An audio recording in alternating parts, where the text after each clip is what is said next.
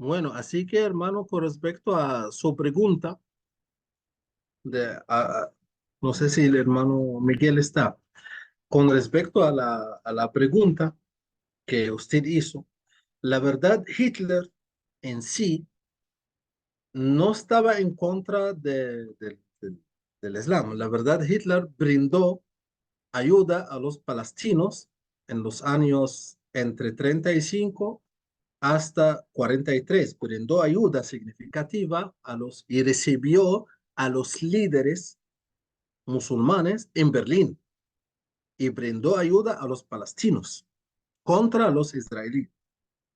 El problema de Hitler con los judíos no era un problema religioso, no tenía raíces religiosas el problema. Su problema era principalmente política. ¿Por qué?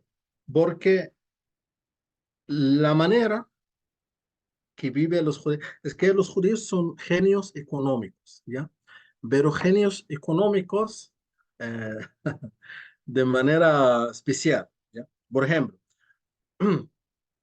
todos los bancos internacionales están en manos judíos. Ellos, no, no sé, pero algunas veces yo creo que ellos tienen el gen de, del pensamiento económico. Ellos saben cómo multiplicar el dinero, ¿ya? Pero esto beneficia a ellos, pero perjudica al país. Por ejemplo, el sistema bancario en Ecuador beneficia al... es que soy izquierdista, así que no le van a gustar mis ideas. El No sistema se preocupe, bancario en hermano, estamos Ecuador, en programa libre, no se preocupe.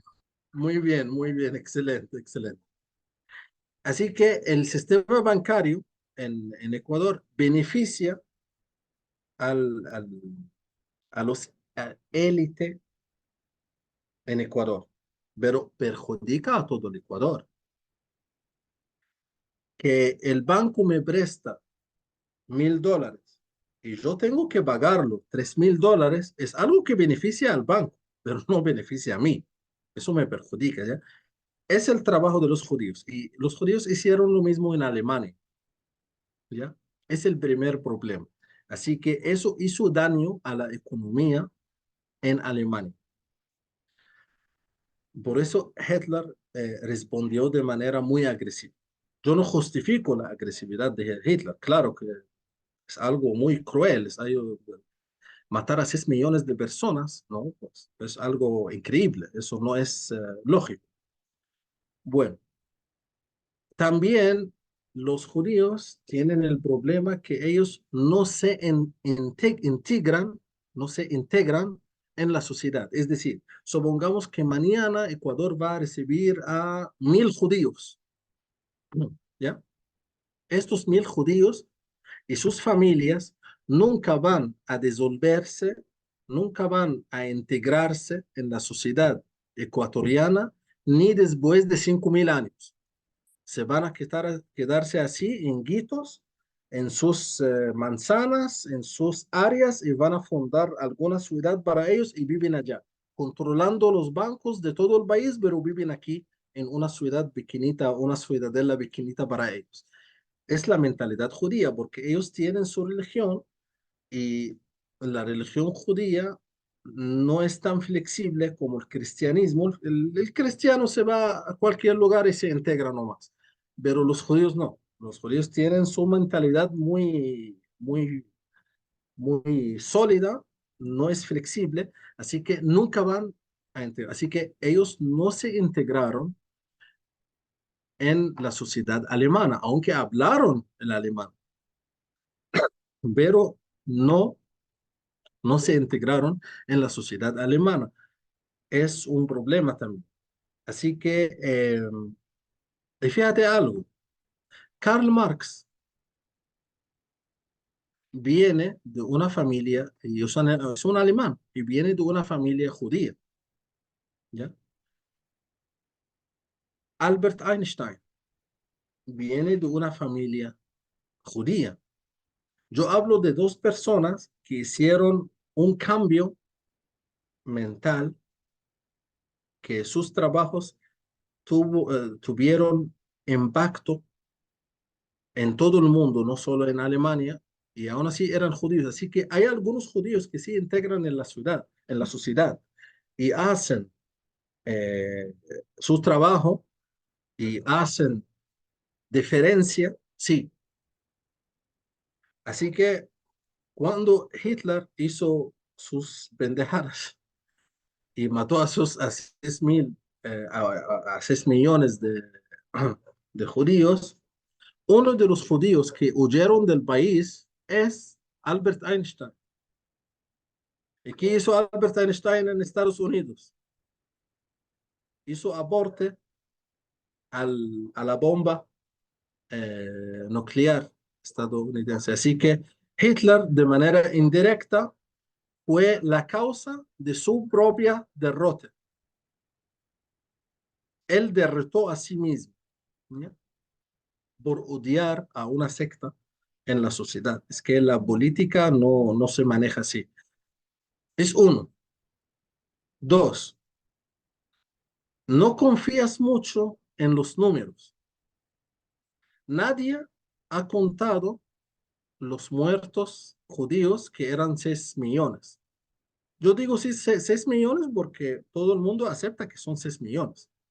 Es como ahora que estos palestinos dicen que Israel mató a 30.000 palestinos. Bueno, la fuente, ¿qué es la fuente? Y te dice, cuando buscas la fuente en internet, te sale el Ministerio de Salud de Hamas. Ah, y yo voy a confiar los números de, del Ministerio de Salud de Hamas, que son palestinos. Claro que van a decir que 300.000. Ya, dale, ya. Porque Israel dice que no son 30.000. Son por máximo 4.000 y la mayoría son militantes. Ah, mira, ¿ves?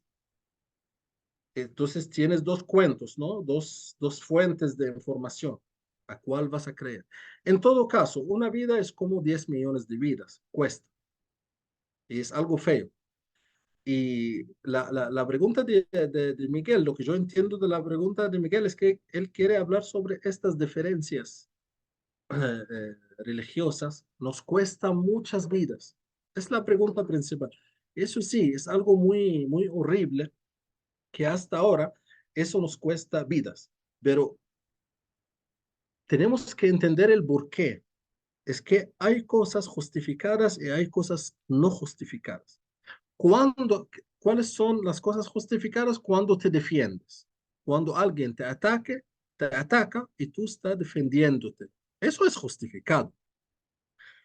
El que no es justificado es matar por matar. Por ejemplo, lo que hizo Hitler con los judíos. Concentrar a millones de judíos en campos de concentración y matarlos de esa Genocidio. manera, pero genocidio, eso es horrible, eso no es humano. Solo por ser judíos, no más, esto no es humano. Como dice el profesor Víctor ahora, es antisemita. Y sí, el antisemitismo sí existe. Hay gente que odia a los judíos solo por ser judíos, no más. Es algo horrible. Eso nunca lo entiendo. Yo nunca voy a odiar a una persona solo por ser musulmán o ser judío o ser indio o ser... No, pues, no es así. La vida no es así. Y fíjate algo, la única religión en todo el mundo que rechaza el racismo de manera cordial, es decir, que rechaza el racismo y que está escrito que el racismo es malo y que no tenemos que ser racistas, es la religión cristiana. Todas las otras religiones justifican al racismo, excepto a la religión cristiana. La única religión en todo el mundo, aunque el mundo ahora es 8.000 millones de habitantes, y nosotros los cristianos 2.5, es decir, 30% de la población mundial son cristianos y 70% no cristianos. Pero es la religión de estos 30% de habitantes es la única religión que no justifica para nada la matanza y no justifica para nada el racismo. Todas las otras religiones sí justifican el racismo. Eso es algo muy, muy, muy claro en el Muchas gracias, cristianismo. Sí, hermano. muy claro en el cristianismo. Así que, ahora bien, también con respecto a tu pregunta, ¿qué hace qué hacemos? ¿Por qué no nos unamos en todo el mundo? O por lo menos, ¿por qué no nos unamos nosotros los cristianos católicos con los cristianos eh, ortodoxos? Bueno, eso es el camino hacia la reconciliación que hace el Papa Francisco. El Papa Francisco, el mismo Papa Francisco lo llama así, el camino hacia la reconciliación, que a pesar de los siglos de separación, eh, encontramos que el Papa Francisco en la actualidad está realizando esfuerzo muy grande para promover la unidad y la reconciliación, ¿no? Entre la Iglesia Católica y las iglesias ortodoxas. Y es algo muy importante decir, la Iglesia Católica es una sola iglesia, ¿no? Es una sola iglesia, la Iglesia Católica. Nosotros creemos en la Santa Iglesia Católica, una Santa Católica y Apostólica. Eso no vas a encontrar en las iglesias ortodoxas, porque no hay algo que se llama la Iglesia Ortodoxa, así singular. No, no. Los ortodoxos entre sí, hasta desde el cisma, desde la gran cisma hasta ahora, nunca se unieron. Nunca se unieron.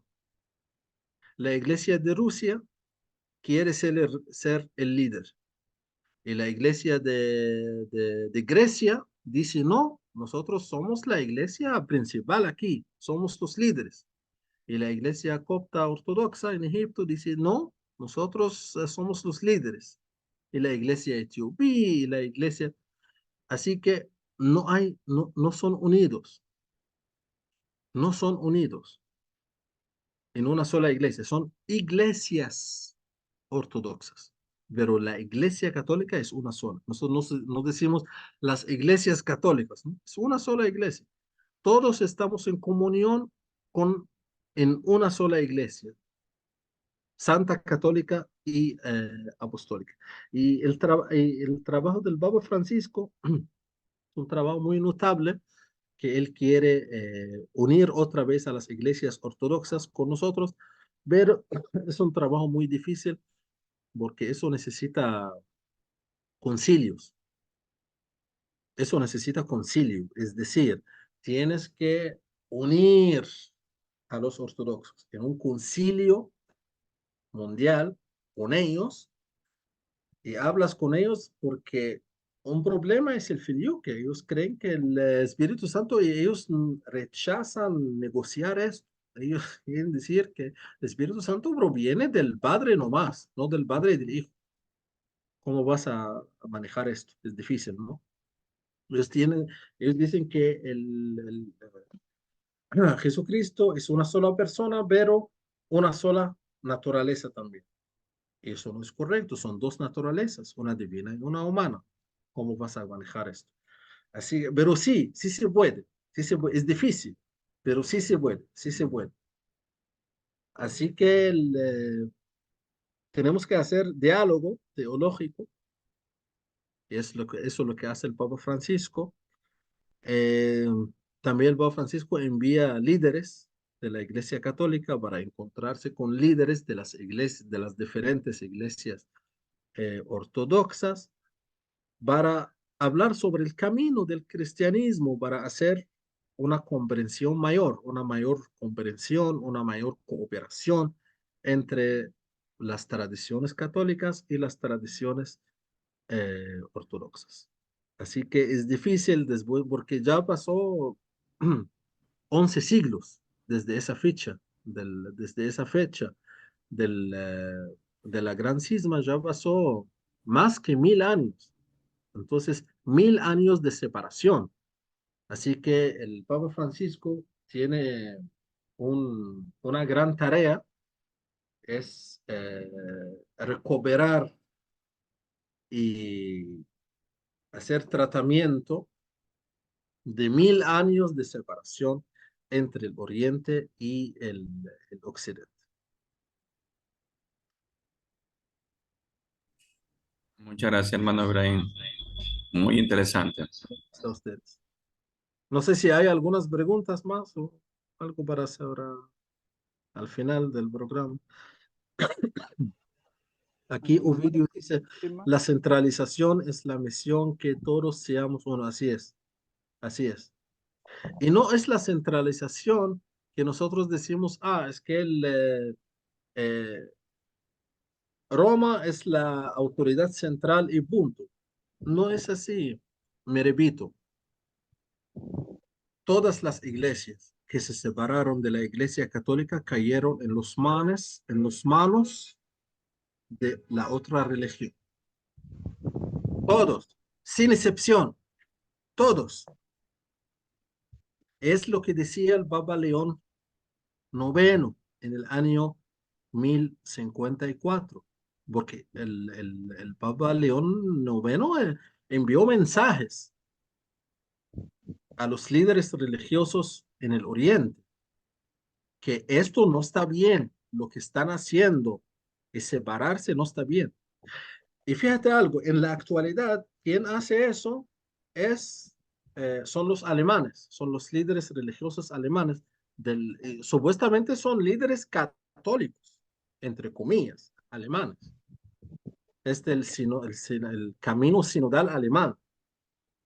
Están replicando otra vez la gran cisma del 1054 con los orientales. Está replicando otra vez el cisma de Martín Lutero del siglo XVI. Está replicando otra vez las mismas problemas, ahora en Alemania. ¿Y qué van a hacer? Se va a aplicar las mismas leyes. Van a caer en manos de otra religión. El que va a separarse, y me repito, no estoy promoviendo a Roma, pero es la realidad. Es que somos unidos en una sola iglesia y esto representa una fuerza. Esa fuerza, si esa fuerza se va a romper, entonces todos vamos a caer. Eso es todo.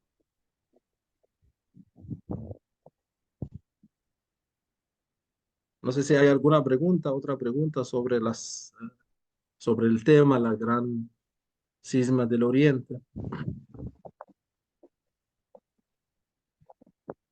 Aquí yo veo que el profesor Víctor dijo algo sobre Ario, que Ario bautizó a Constantino. Sí, yo he leído también esto, pero la verdad, yo no estoy seguro de la fuente. Primero, es que Constantino no tuvo muchos años como cristiano. Es que hay dos versiones de historia. Una versión que dice que Constantino se convirtió al cristianismo, ¿ya? Y llamó al concilio y vivió unos años. Y otros dicen, no, otra historia, dice no. Constantino se convirtió al cristianismo mientras estaba en la cama muriendo. Entonces llamó a un sacerdote para bautizar. ¿Ves? ¿Ves la diferencia entre dos historias? Una historia que dice que se bautizó justamente antes de morirse. Otro dice no, él se convirtió y llamó a un concilio. ¿Ves la diferencia? Y yo vi la verdad, sí, a una imagen, así, un dibujo Constantino estaba en la cama muriéndose y hay un sacerdote que, que, que le está bautizando, pero ojo, que algunos dicen que este sacerdote es Ario, pero esto no es seguro, no hay fuente segura que dice que este sacerdote es Ario. Y fíjate que Ario era excomulgado en el concilio. Entonces, si Ario es hoy excomulgado en el concilio, ¿cómo así que Constantino aceptó que Ario le bautiza? Es uno. Dos, Ario es alejandrino, vivía en Egipto. ¿Por qué va a Roma para bautizar a Constantino? ¿Ya? Eh, y fíjate algo que es que Constantino, porque Constantino es una figura muy importante en el cristianismo, porque gracias a él, los cristianos fueron salvados, porque antes de Constantino, cualquier persona podía matar al cristiano siquiera en su casa, solo por ser cristiano. Era una persecución grande. ¿Ya? Así que lo que quiero decir es que Constantino tiene muchos enemigos históricos. ¿Ya? Mucha gente odia a Constantino porque él dio la oportunidad al cristianismo para que crezca y para que expande. Entonces, puede ser que uno de estos cuentos que le bautizó Ario es una historia de una persona que odia a Constantino. Y como yo te digo, es que tenemos dos versiones de la historia. Una versión que dice que Constantino se bautizó mientras estaba muriéndose en la cama, ¿ya? Y otra historia que dice que no, él visitó a Jerusalén con su mamá y llamó a un concilio y en este concilio excomulgaron a Ario, ¿ya? Y que él vivía muchos años como cristiano. Entonces, y fíjate algo, que estamos hablando de una historia de un emperador romano muy importante. Y aún así tenemos historias contradictorias, ¿no? Hay contradicción. Imagínate. Entonces yo no puedo afirmar esto del arianismo porque fíjate que el arianismo era odiado desde el primer momento. Cuando Ario dijo que Cristo no es Dios, de allí todos los alejandrinos, sus paisanos, sus compatriotas, eran los primeros a golpearse, hasta que el obispo de Alejandría golpeó como un boxeo a Ario en el concilio, en el mismo concilio de Constantinopla. Le dio un boniatazo a Ario, imagínate. No pudo controlarse. Yo no me acuerdo el nombre del obispo de Alejandría, pero cuando Ario dijo que él cree que Jesús no es divino, de allí el obispo de Alejandría se levantó, se acercó a Ario, le dio un boniatazo enfrente de todos. Nicolás Di Bari, dice el doctor Gamboa. Ya, eso. Era el celo apostólico en esos tiempos. El celo apostólico. Ahora también Constantino fue bautizado católico, hermano, por los rezos de Santa Elena, más o menos como San Agustín, ¿no? Por los rezos de Santa Elena, pues se convirtió. Es que en esta época no había católico y ortodoxo. En esta Claro. época el catolicismo era uno en todo el imperio romano, era uno. Es decir, la iglesia de Alejandría está en comunión con la iglesia de Roma, la iglesia de Constantinopla está en comunión con la iglesia de Roma, todos están en reunión con la iglesia de Roma. La descendencia comenzó con la caída del imperio romano en el siglo IV, en el siglo V, mejor Y dicho. ahora nuestros hermanos protestantes siempre dicen que la iglesia empezó con Constantino, imagínense que, pero hay que ponerle las orejas de burrito como en la escuela. Es que ellos no tienen fundamentos, no Ni tienen teológicos, fundamentos históricos, históricos, por eso están buscando cualquier cosa en la historia. Están buscando cualquier cosa para justificarse, para justificar su existencia en la historia. Yo siempre digo que el protestante es un católico, pero se hace loco. Y la mayoría de ellos son así. Es católico y aprendió la Biblia siendo católico y yendo a la iglesia y todo, de la iglesia católica, y nació católico en una familia católica y todo está bien, pero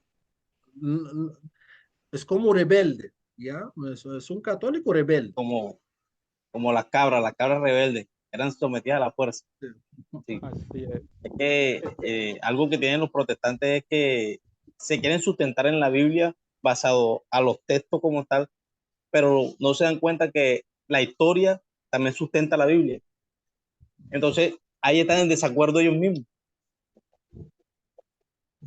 Y yo diría que la historia sustenta más todavía. Sí, pesa, la historia pesa más. Porque si nosotros miramos, hay un texto en la Biblia que dice que el libro como tal, la Biblia como tal, no está completa. Porque hay unos libros que no se agregaron porque no estaban bajo inspiración divina. Entonces, la historia que hace complementa lo que a esos libros les hace falta. Te digo algo, es que ellos su problema, el problema principal del protestante es la tradición, ¿ya? Ellos rechazan la tradición apostólica, pero lo que ellos no entienden es que la misma Biblia es tradición católica. Ya. La Biblia, antes de que sea colectada, sí, fue una tradición católica. Entonces, es algo muy absurdo que dicen, rechazamos la tradición, pero creemos en la Biblia y solo la Biblia, sola escritura. Pero la misma escritura que tú dices, sola escritura, muy bien, sola escritura, pero esa sola escritura era tradición también antes Claro, de colectar. Así que ellos claro. no entienden el procedimiento, ellos no entienden el proceso porque la mayoría de ellos sí piensan que la Biblia es un libro que cayó del cielo, como los musulmanes. Los musulmanes que creen que el Corán es un libro que Dios le envió así, se cayó en Lo tiró, se- Juan, ahí está. le tiró desde el cielo. Los Una protestantes lo paloma mismo, creen mensajera. que la Biblia la Sí, mandaron así. No entienden el proceso de colectar la Biblia. Y quiero decirte algo, pero sí, la Biblia es completa. No podemos decir que la Biblia es un... ¿Por qué? Porque la cantidad de obispos es que en el concilio del 325, del año 325, casi todos los obispos y todos los sacerdotes se reunieron en el concilio, ¿ya? Para ver qué es canónico y qué no es canónico. Todos, claro. todos. Hasta que hay un chiste que dice si querían eh, como erradicar al cristianismo desde el principio, solo tenían que matar a la gente que en esa ciudad, porque todos los sacerdotes y todos los obispos estaban en la misma ciudad, en el mismo concilio. ¿Me entiende? Así que aquí está el profesor Víctor. Muchas gracias, profesor Víctor, por estar con nosotros. La verdad es un gran honor, un gran doctor, un gran autor, el doctor Víctor Gamboa. Y nos vemos pronto, Dios mediante, en muchas reuniones, doctor Víctor. El próximo lunes, el próximo lunes. El lunes que viene. Sí, vamos a tener Dios mediante al doctor Gamboa con el tema de la pasión, muerte y resurrección de Jesús, hoy sábado, 10 de la noche, 10 de la noche, esta vez va a ser 10 de la noche. Muy Continúa, bien, hermano. muy bien. Yo hablaba de, todos los sacerdotes, todos los obispos, todos los líderes cristianos de la época estaban en el mismo lugar, en el mismo concilio, diciendo qué es canónico y qué no es canónico. Ellos tenían los manuscritos. Y fíjate que en esa época no había impresoras, ¿ya? Pero se difundían los libros. Los 73 libros que tenemos en este tamaño, con estos capítulos, con estos versículos, son el trabajo, eso es el resultado del trabajo de todos los obispos y todos los sacerdotes de la época. Eso es divino y vaya, eso va con la línea del cristianismo. Padre, Hijo y Espíritu Santo, y cómo es Jesús, y cómo, ¿me entiendes? Eso va y eso no va. Eso es cristiano, esto no es cristiano. Esto es palabra de Dios, esto no es palabra de Dios. Así que para decir que hay otros libros que son canónicos, pero los obispos en el concilio no le pasaron, no creo, no creo. Y fíjate algo, hay libros, ¿cómo se llama este santo? Hay un padre de la iglesia, es un padre de la iglesia, pero yo no me acuerdo el nombre, que tiene escritos, ¿ya? Estos escritos no están en la Biblia, ¿ya? Aunque él se refiere a San Pablo y a San Pedro, ¿por qué la rechazaron? ¿Por qué los sacerdotes y los obispos le rechazaron? Porque el libro tiene cosas contra la doctrina cristiana. Te doy otro ejemplo. ¿Cómo se llaman estos manuscritos de Nag Hammadi que fue descubierta en Egipto hace 100 años? El Evangelio de la Niñez de Jesús. Eso fue descubierto en una montaña en Egipto hace 100 años, es decir, en el siglo XX, ¿ya? Y está escrito así, el Evangelio, así se está escrito el título, el Evangelio de la Niñez. Nosotros sabemos que desde que Jesús tuvo 12 años hasta que comenzó su ministerio, 30 años, nosotros no tenemos nada de información sobre eso, ¿ya? Pero en este libro sí hay información. Hasta que hay información en este libro, en este evangelio, pero ese evangelio, pseudo evangelio se dice, como no es canónico, no es verdad, no podemos llamarlo evangelio. Pero en este libro está escrito cosas sobre la niñez de Jesús. Por ejemplo, que Jesús habló cuando tenía 6 meses. ¿Ves? Que habló con sacerdotes judíos que tenía 6 meses. Que él defendió a su mamá cuando los judíos le dijeron a ella, esto no es el hijo de José y no es el hijo de Dios, como tú dices, y tú eres una persona adúltera, porque los judíos ya torturaron a María. ¿Ya? Porque imagínate, con esa mentalidad judía, una mujer de 15 años da a luz antes de casarse. Oye, es el fin del mundo, pues. ¿Ya?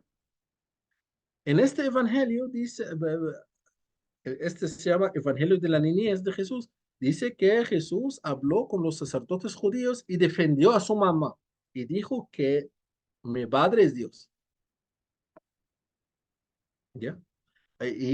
También en este evangelio habla de muchos milagros que hizo Jesús. Así que pero es apócrifa, es apócrifa. Tal vez eran muchas cosas fantasiosas, vieron Sí. ellos. Es que en esa época había muchos escritos y no puedes decir que esto es correcto. Lo que puedes decir, sí, esto es correcto, son los 73 libros que nosotros tenemos ahora, Ahí se porque cerró es la el revelación. producto del trabajo de los doctores de la iglesia, los contemporáneos, es decir, que vivían en el año 325. Fíjate que estos doctores de la iglesia que vivían en el año 35, que hicieron como producto la Biblia, son los discípulos de los apóstoles. Así que ellos tienen vínculo directo con las enseñanzas de los mismos apóstoles de Jesús. Así que fue una fuente muy confiable. O sea, como Los toda otros, la tercera generación de los los otros discípulos. libros, Tú no puedes confiar en los otros libros porque habían muchos escritos apócrifos y de allí alguna gente a este libro, como se dice, que los libros apócrifos fueron como fueron puestos en lugares que la autoridad romana no puede llegar, porque la autoridad romana en esa época, cuando encuentra un libro que dice del Evangelio de la Niñez, digamos, esto es apócrifo, ¿ya? Lo queman. ¿Para qué le queman? ¿Porque son malos? No. ¿Para qué no nos confundamos con la Biblia? Y de allí hay sacerdotes, hay gente que creían en herejías que pusieron estos libros en lugares que la autoridad romana no puede llegar. Como este libro, Pseudo Evangelio, que fue descubierto en Egipto hace 100 años, que fue en una cueva dentro de la montaña. Una montaña, ¿ya? Escondido. Dentro de la montaña hay una cueva y encontraron el libro dentro de esa cueva. Lo escondieron para que no lo Así quemaran. es, así es. Por eso, hermano, es importantísimo el magisterio de la iglesia que nos indica qué libro sí es inspirado y cuál no. Si no, cada uno cogía su propio libro y hacía su propia Biblia. Y Así era es. un disparate. Es importantísimo que la iglesia ha sido una desde el principio y el magisterio ha sido incluso desde el Papa, los obispos y todos los que están en comunión con él, ¿no? Así dice la Dominique, dice que sí, de esas locuras, de esos evangelios apócrifos, sale la película esa, el código de Da Vinci, y sí, sí, claro, todo eso sale de los escritos apócrifos. Nosotros es solo creemos. como el libro de Enoch. Así es. Así es, así es. Por eso es muy importante enseñar a los niños, a los jóvenes, a las jóvenes, también enseñarles cómo se fue formada la Biblia.